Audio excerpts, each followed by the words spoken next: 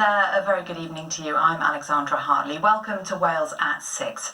It's a health condition as common as asthma or diabetes and affects 1 in 10 women. But despite this, campaigners say that in Wales there's an average wait of 9.5 years for diagnosis and treatment for the womb disorder endometriosis.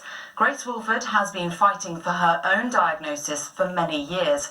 I met her at her home in Ruthin, where she shared her experience of what it's like to live with the condition.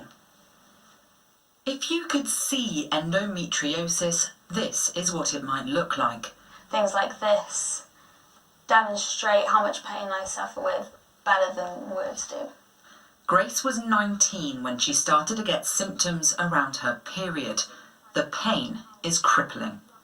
The cramps are just so severe and it radiates into your legs, into your back, and just it feels like you're being stabbed with knives at times. It's just awful. The monthly pains affect every aspect of her life. From missing uni to not being able to work, it's also affected her mental health. At times it just feels like torture and you just feel so alone, because if you haven't been through it yourself, you can't expect other people to understand the kind of pain that you go through. About 2 years ago, I ended up in A&E because the pain was just so severe. I couldn't keep any food down, I was being sick. The doctor there was like, I think it could be possibly endometriosis. Endometriosis is a medical condition where tissue similar to that which lines the womb starts to grow elsewhere. Campaigners say it affects 1 in 10 women, and here in Wales it takes an average of 9.5 years for a diagnosis. Grace wants that to change. When you're in your teens, you think periods, like, you shouldn't talk about it. It's a taboo subject. It's embarrassing to talk about it. Many women probably, especially young girls, feel embarrassed to go to their GPs to discuss this kind of thing. And I think it's probably a lot more prevalent than 1 in 10 women, because there's so many people that go without a diagnosis. There is no cure for the condition. The only treatment is to remove the cells. And after 5 years of fighting, Grace is finally on a waiting list for surgery.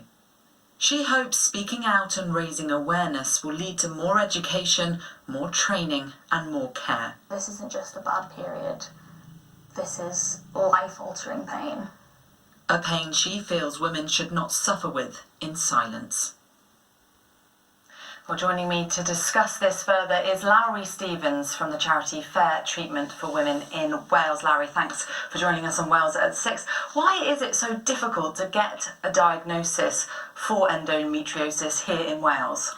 We believe it's really difficult to get a diagnosis for endometriosis due to a lack of specialist provision in Wales. There's currently only one endometriosis centre based in Cardiff, and that's by no means sufficient to meet demand.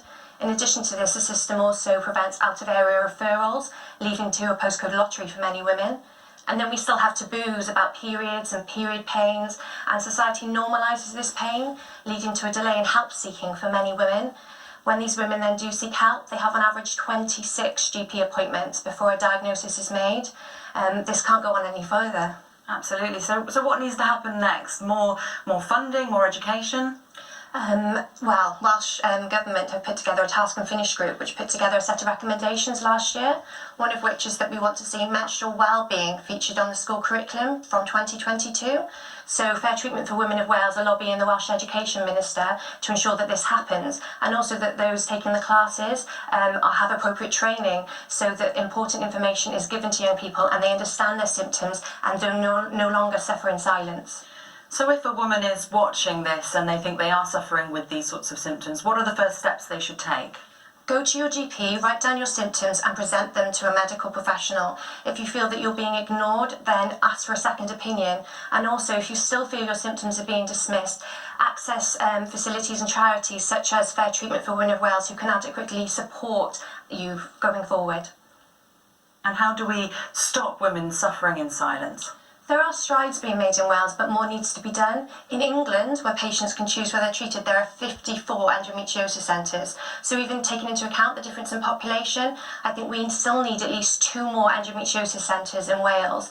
And we need to facilitate an environment where women feel comfortable talking about their symptoms with both peers and medical professionals. And then when we do, we need to ensure that medical professionals aren't dismissing these symptoms and that they're referring women for adequate treatment. Well, hopefully the conversation continues. Lowri Stevens, thanks very much for joining us.